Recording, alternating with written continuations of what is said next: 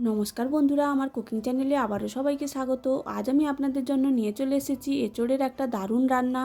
আপনারা তো এঁচোড় অনেকভাবে রান্না করে খেয়েছেন, এইভাবে একবার খেসারির ডাল, চিংড়ি মাছ আর এঁচোড়ের কোপ্তা বানিয়ে দেখুন। এর স্বাদ আপনাদের মুখে লেগে থাকবে। তারপর এই রান্নাটা করার জন্য আমি এখানে 100 গ্রামের মতো খেসারির ডাল নিয়ে নিয়েছি। ডালগুলো খুব ভালো করে 2-3 বার পরিষ্কার জলে ধুয়ে নেব। ভালো করে ধোয়া হয়ে গেলে 2-3 ঘন্টার মতো এটা ভিজিয়ে রেখে দেব। ডালগুলো ফুলে একদম নরম হয়ে যাবে।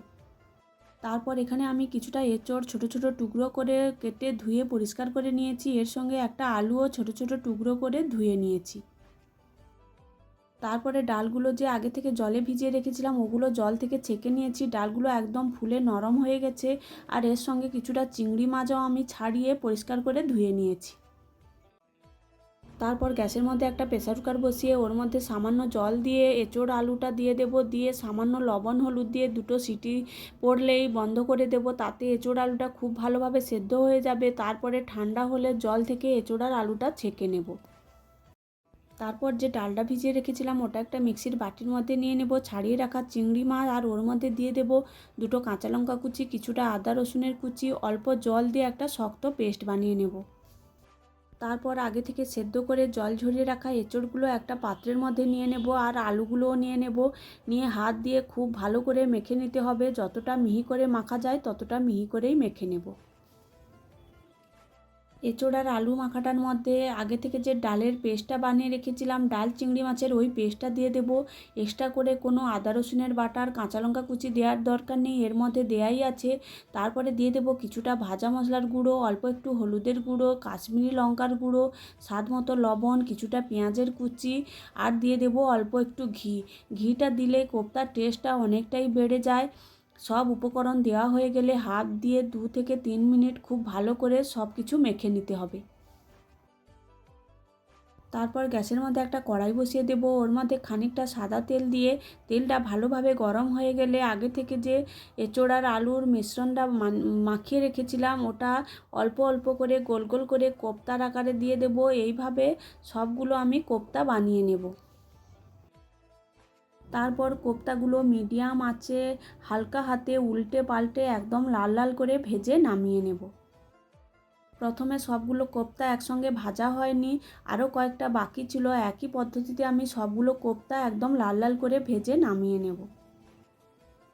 কড়াইতে আবারও খানিকটা সর্ষের তেল দিয়ে দেব। তেলটা ভালোভাবে গরম হয়ে গেলে ওর মধ্যে ফোড়নে দিয়ে দেব কিছুটা গোটা জিরে, গোটা গরম মশলা। ফোড়নটা ভাজা হয়ে গেলে ওর মধ্যে একটা পেঁয়াজ একদম কুচি করে রেখেছিলাম, পেঁয়াজ কুচিটা দিয়ে দেব। পেঁয়াজটা অল্প কালার চেঞ্জ হয়ে গেলে আবারও কিছুটা পেঁয়াজ বাটা দিয়ে ভালো করে কষিয়ে নেব। পেঁয়াজটা ভালো করে ভেজে নিয়েছি, একদম লাল লাল হয়ে এসছে। ওর মধ্যে দিয়ে দেব 2 চামচের মতো আদা রসুন কাঁচা লঙ্কা বাটা আর দিয়ে দেব একটা টমেটো গ্রেট করে রেখেছিলাম। ওই গ্রেট করা টমেটোটা দিয়ে মশলাটা ভালো করে কষিয়ে নেব। ওর মধ্যে গুঁড়ো মশলার মধ্যে দিয়ে দেব হলুদের গুঁড়ো, লঙ্কার গুঁড়ো, কিছুটা জিরে ধনের গুঁড়ো একসঙ্গে গুঁড়ো করে রেখেছিলাম ওটা দিয়ে দেব। দিয়ে ভালো করে কিছুক্ষণ কষিয়ে নেব। ভালোভাবে কষানো হয়ে গেলে আগে থেকে কিছুটা চিংড়ি মাছ ছোট ছোট টুকরো করে লবণ হলুদ মাখিয়ে রেখেছিলাম ওটাও ওর মধ্যে দিয়ে দেব। যখন গ্রেভিটা হবে মুখে পড়লে চিংড়ি মাছগুলো খুব সুন্দর লাগবে এবং গ্রেভিটা খেতেও খুব ভালো হবে। চিংড়ি মাছ দিয়ে মশলাটা কয়েক মিনিট কষিয়ে নিয়েছি। তারপরে কিছুটা উষ্ণ গরম জল দিয়ে আবারও 2 মিনিটের মতো ভালোভাবে কষিয়ে নেব। মশলাটা খুব ভালোভাবে কষানো হয়ে যাবে এবং মশলা থেকে তেল ছেড়ে আসবে। মশলাগুলো ভালোভাবে কষানো হয়ে গেলে ওর মধ্যে কিছুটা উষ্ণ গরম জল দিয়ে দেব। ঝোলটা ফুটে এলেই ওর মধ্যে স্বাদ মতো লবণ, অল্প একটু চিনি আর ভেজে রাখা কোপ্তাগুলো দিয়ে হালকা হাতে কোপ্তাগুলো অল্প নেড়ে 2 থেকে 3 মিনিট ফুটিয়ে নেব। বেশি ফোটাবো না, তাহলে কোপ্তাগুলো নরম ভেঙে যাবে। 2 থেকে 3 মিনিট ফুটিয়ে নিয়েছি। ঝোলটা অনেকটাই কমে গেছে। একটু ঝোল ঝোল রাখতে হবে, নাহলে কোপ্তাগুলো ঠান্ডা হলে ঝোল টেনে নেবে, একদম গা মাখা হয়ে যাবে। তারপরে নামানোর আগে কিছুটা গুঁড়ো গরম মশলা আর অল্প একটু ঘি ছড়িয়ে সব কিছু ভালোভাবে মিশিয়ে নামিয়ে নেব।